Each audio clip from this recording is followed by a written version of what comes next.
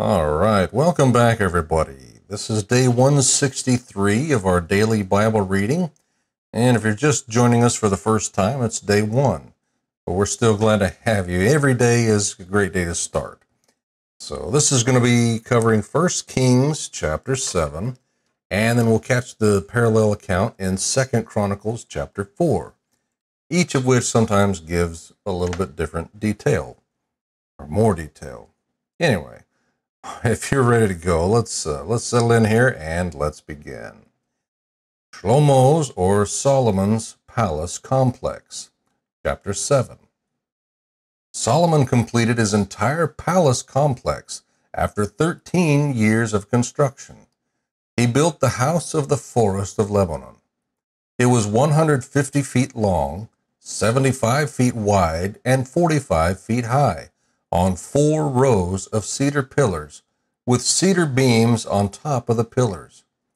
It was paneled above with cedar at the top of the chambers that rested on 45 pillars, 15 per row.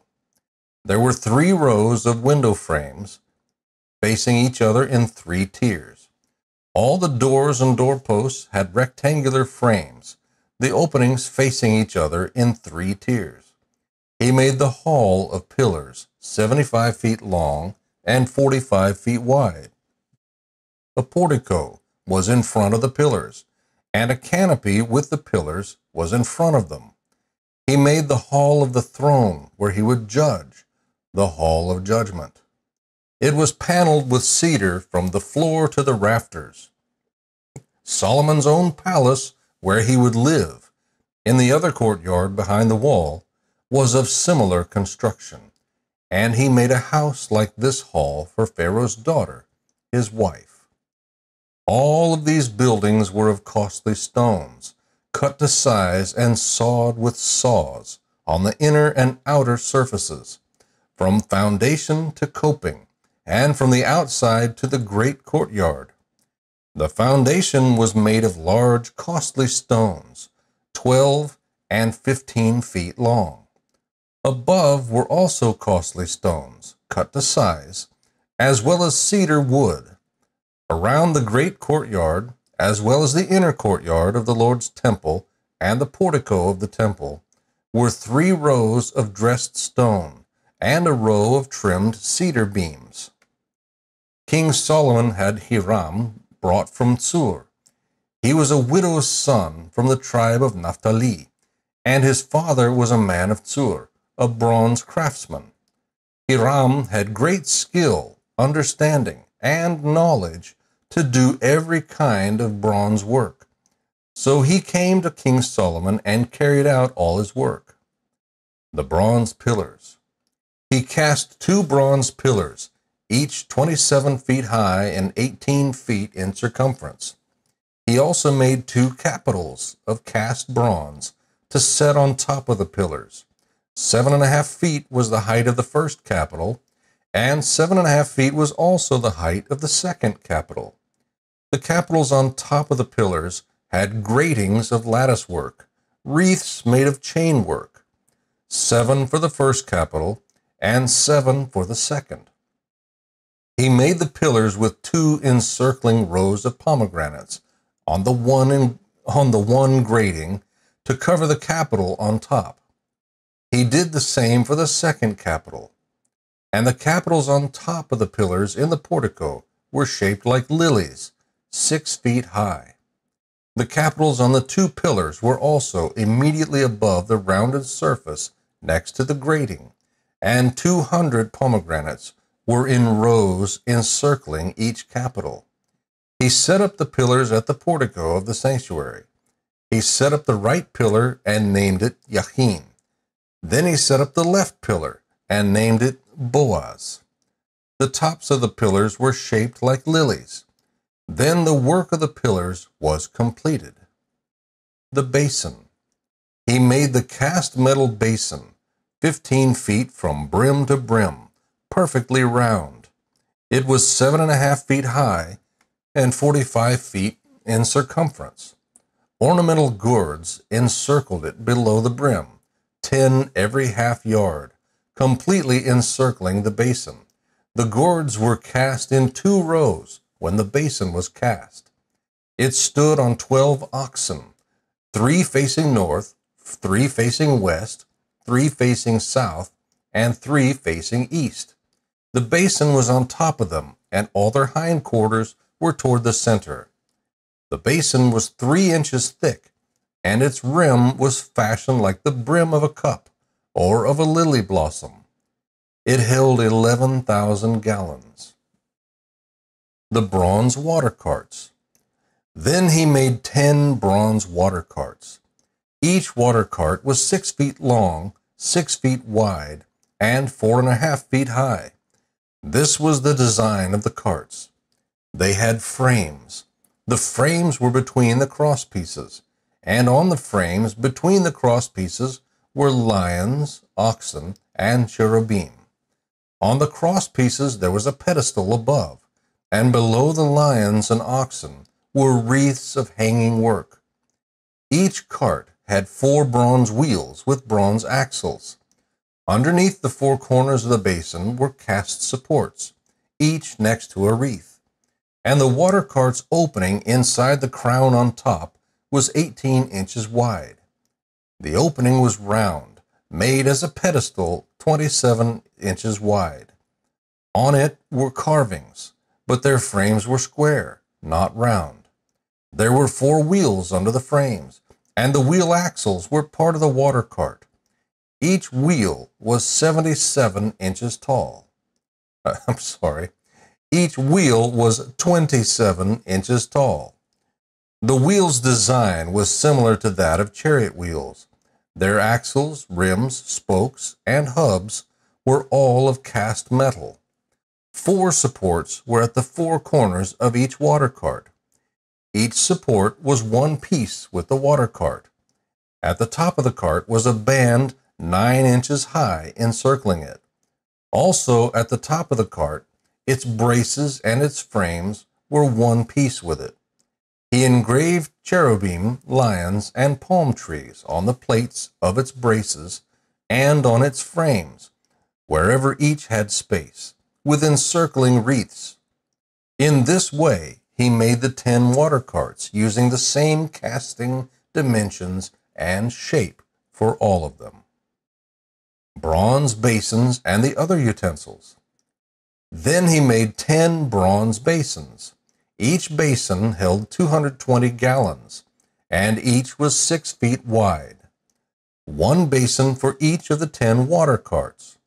He set 5 water carts on the right side of the temple and 5 on the left side. He put the basin near the right side of the temple toward the southeast.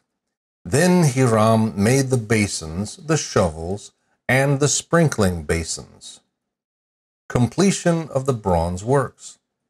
So Hiram finished all the work that he was doing for King Solomon on the Lord's temple. 2 pillars, bowls for the capitals that were on top of the 2 pillars, the 2 gratings for covering both bowls of the capitals that were on top of the pillars, the 400 pomegranates for the 2 gratings, 2 rows of pomegranates for each grating covering both capitals' bowls on top of the pillars, the 10 water carts, the 10 basins on the water carts, the basin, the 12 oxen underneath the basin, and the pots, shovels, and sprinkling basins. All the utensils that Hiram made for King Solomon at the Lord's temple were made of burnished bronze.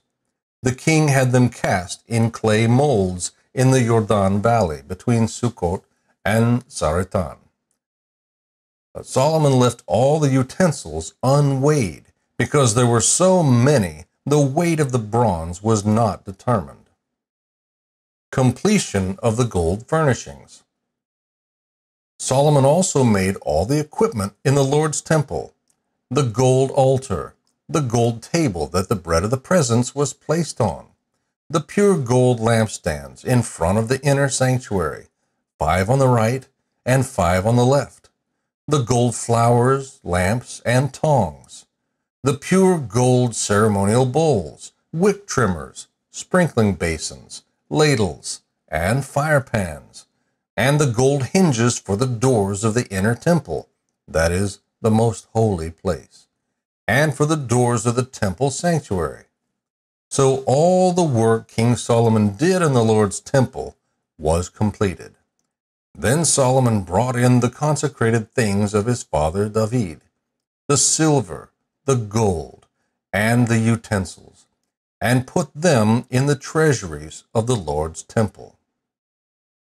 And now we're going to switch over to the parallel account in 2 Chronicles chapter 4. The altar and basins. He made a bronze altar 30 feet long, 30 feet wide, and 15 feet high. Then he made the cast metal basin, 15 feet from brim to brim, perfectly round. It was 7.5 feet high and 45 feet in circumference. The likeness of oxen was below it, completely encircling it, 10 every half yard, completely surrounding the basin.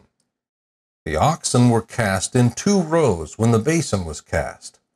It stood on 12 oxen, 3 facing north, 3 facing west, 3 facing south, and 3 facing east. The basin was on top of them, and all their hindquarters were toward the center. The basin was 3 inches thick, and its rim was fashioned like the brim of a cup or a lily blossom. It could hold 11,000 gallons. He made 10 basins for washing, and he put 5 on the right and 5 on the left. The parts of the burnt offering were rinsed in them, but the basin was used by the priests for washing. The lampstands, tables, and courts. He made the 10 gold lampstands according to their specifications, and put them in the sanctuary, 5 on the right and 5 on the left. He made 10 tables and placed them in the sanctuary, 5 on the right and 5 on the left. He also made 100 gold bowls. He made the courtyard of the priests and the large court, and doors for the court. He overlaid the doors with bronze. He put the basin on the right side, toward the southeast. Then Huram made the pots, the shovels, and the bowls. Completion of the bronze furnishings. So Huram finished doing the work that he was doing for King Solomon in God's temple. 2 pillars, the bowls and the capitals on top of the 2 pillars, the 2 gratings for covering both bowls of the capitals that were on top of the pillars, the 400 pomegranates for the 2 gratings, 2 rows of pomegranates for each grating, covering both capitals' bowls on top of the pillars. He also made the water carts and the basins on the water carts, the 1 basin and the 12 oxen underneath it, the pots, the shovels, the forks, and all their utensils. Huram Abi made them for King Solomon for the Lord's temple. All these were made of polished bronze. The king had them cast in clay molds in the Jordan Valley, between Sukkot and Seredah. Solomon made all these utensils in such great abundance that the weight of the bronze was not determined.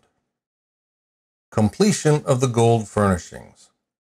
Solomon also made all the equipment in God's temple: the gold altar, the tables on which to put the bread of the presence, the lampstands and their lamps of pure gold to burn in front of the inner sanctuary according to specifications, the flowers, lamps, and gold tongs of purest gold, the wick trimmers, sprinkling basins, ladles, and fire pans of purest gold, and the entryway to the temple, its inner doors to the most holy place, and the doors of the temple sanctuary of gold. May the Lord bless the reading and study of His Word.